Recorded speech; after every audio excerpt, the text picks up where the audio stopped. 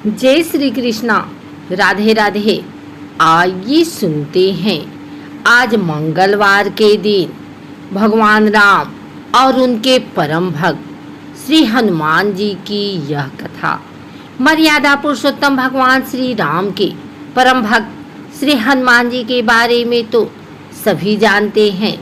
यह भी जानते हैं कि दशरथ नंदन राम हनुमान के हृदय में बसते हैं। लेकिन क्या आपको यह पता है कि एक बार पवन सुत हनुमान श्री राम जी से ही लड़ने पहुंच गए थे। हो सकता है यह सुनकर आपको हैरानी हो, लेकिन यह सत्य है और इस घटना का जिक्र श्री राम कथा में भी सुनने और पढ़ने को मिलता है। लेकिन इससे भी ज़्यादा हैरान करने वाली बात यह है कि पवन सुत जब श्री राम से लड़ने के लिए तैयार हुए तो उन्होंने सौगंध भी मर्यादा पुरुषोत्तम की ही ली। आइए जानते हैं कि ऐसा क्या हुआ था कि श्री राम के परम भक्त पवन सुत को उनसे युद्ध करना पड़ा। कथा मिलती है कि एक बार सुमेरु पर्वत पर सभी संतों की सभा का आयोजन हुआ। कैवर्त देश के राजा सुकंत भी उसी सभा में सभी संतों का आशीर्वाद लेने जा रहे थे। रास्ते में उन्हें देवर्षि नारद मिले। राजा सुकंत ने उन्हें प्रणाम किया। इस पर श्री नारद जी ने उन्हें आशीर्वाद देकर यात्रा का प्रायोजन पूछा। राजा सुकंत ने उन्हें संत सभा के आयोजन की बात बताई। इस पर नारद मुनि ने कहा, अच्छा है, संतों की सभा में जरूर जाना चाहिए। ऐसा कहकर सुकंत को जाने का आदेश दे दिया। सुकंत जैसे ही सभा में जाने के लिए प्रस्थान करने लगे, वैसे ही नारद जी ने उन्हें आवाज दी। इसके बाद कहा कि जिस सभा में जा रहे हो उसमें सभी को प्रणाम करना, लेकिन ऋषि विश्वामित्र का अभिवादन बिल्कुल भी मत करना। इस पर सुकंत ने पूछा कि यह तो उचित नहीं है। तब श्री नारद जी ने कहा कि तुम भी राजा हो, वह भी पहले राजा ही थे, अब संत हो गए हैं, मत करना प्रणाम। राजा सुकंत ने कहा, ठीक है, वैसा ही करूँगा। सभा के समाप्त होते ही विश्वामित्र जी श्री राम से मिलने पहुँचे। वहाँ पहुंचकर उन्होंने बताया कि उनका अपमान हुआ है। वह इसे भूल भी जाते, लेकिन यह तो संत परंपरा का अपमान है। राम जी ने पूछा, गुरुजी क्या हुआ? तब विश्वामित्र जी ने कहा कि मेरा अपमान हुआ है। राम जी ने पूछा, किसने किया?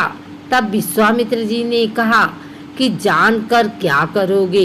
इस पर श्री राम जी ने कहा कि गुरुजी, आपके चरणों की सौगंध लेकर प्रतिज्ञा करता हूँ, जो सिर आपके चरणों में नहीं झुका है उसे काट दिया जाएगा। कल सुबह मैं उसका वध कर दूंगा।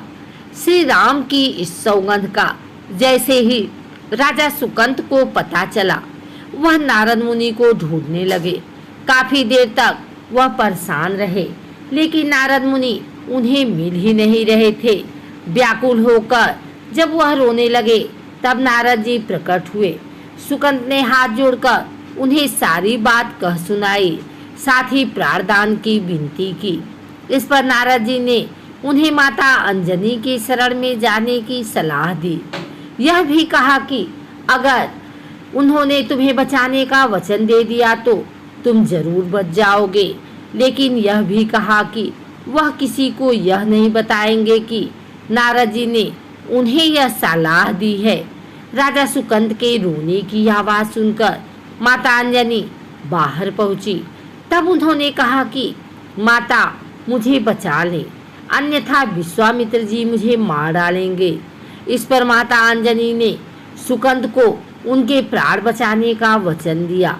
उन्होंने कहा कि तुम शरण में हो, तुम्हें कोई नहीं मार सकता।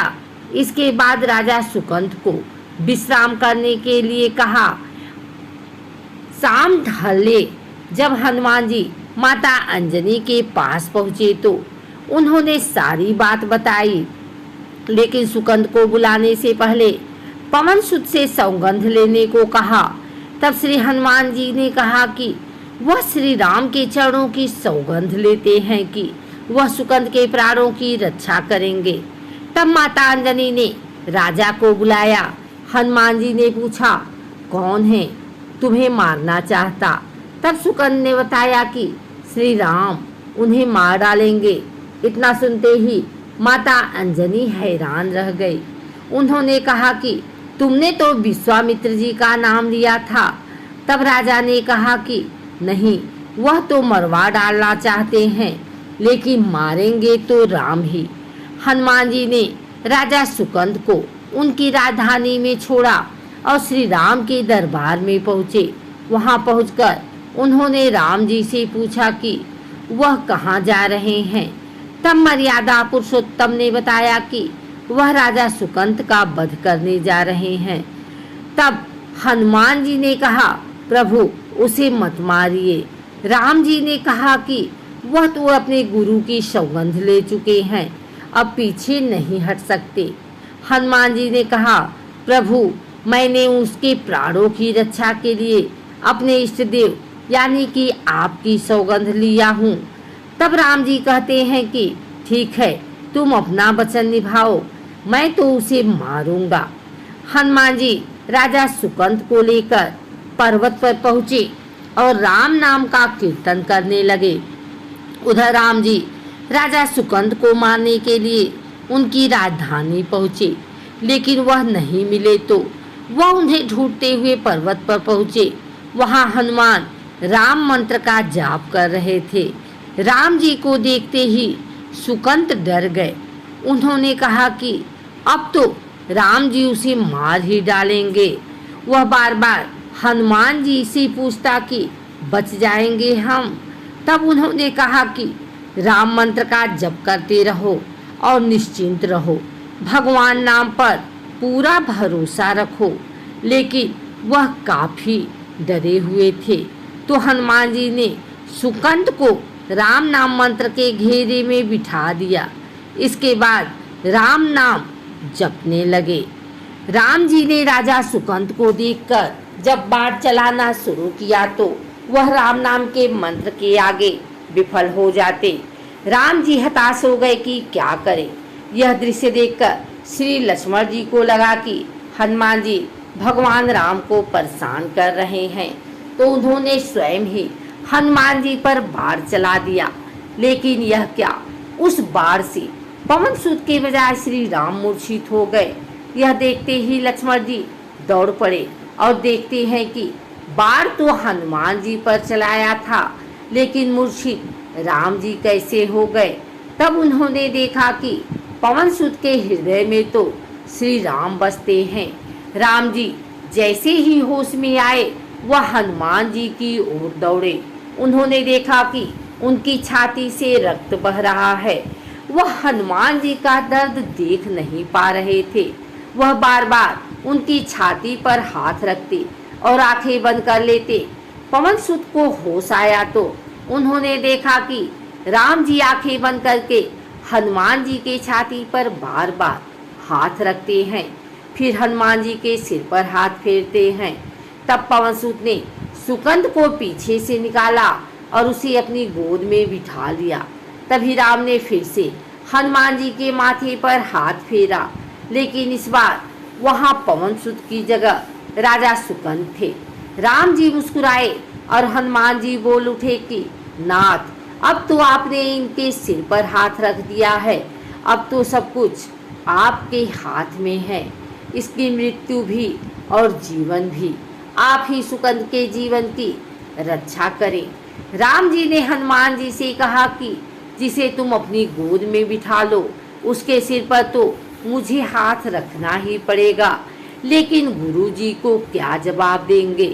तभी हनुमान जी को विश्वामित्र जी सामने से आते दिखाई पड़े। उन्होंने राजा सुकंद से कहा कि जाओ, तब प्रणाम नहीं किया तो क्या हुआ, अब कर लो। राजा ने दौड़कर विश्वामित्र जी का अभिवादन किया। वह भी प्रसन्न हो गए और बोले, राम इसे क्षमा कर दो। मैंने इसे क्षमा कर दिया, क्योंकि संत का काम मिटाना नहीं बल्कि सुधारना होता है। यह भी सुधर गया है। उन्होंने सुकंद से पूछा कि संत का सम्मान न करने की सलाह तुम्हें किस कुसंग में मिली। राजा सुकंद विश्वामित्र जी से कुछ कहते कि इससे पहले नारद मुनि प्रकट हो गए। उन्होंने सारी घटना कह सुनाई। तब विश्वामित्र जी ने पूछा कि नारद, तुमने ऐसी सलाह क्यों दी। तब नारद जी ने कहा कि अक्सर ही लोग मुझसे पूछते थे कि राम बड़े या राम का नाम बड़ा, तो मैंने सोचा कि क्यों न कोई लीला हो जाए कि लोग अपने आप ही समझ लें कि भगवान से अधिक भगवान के नाम की महिमा है।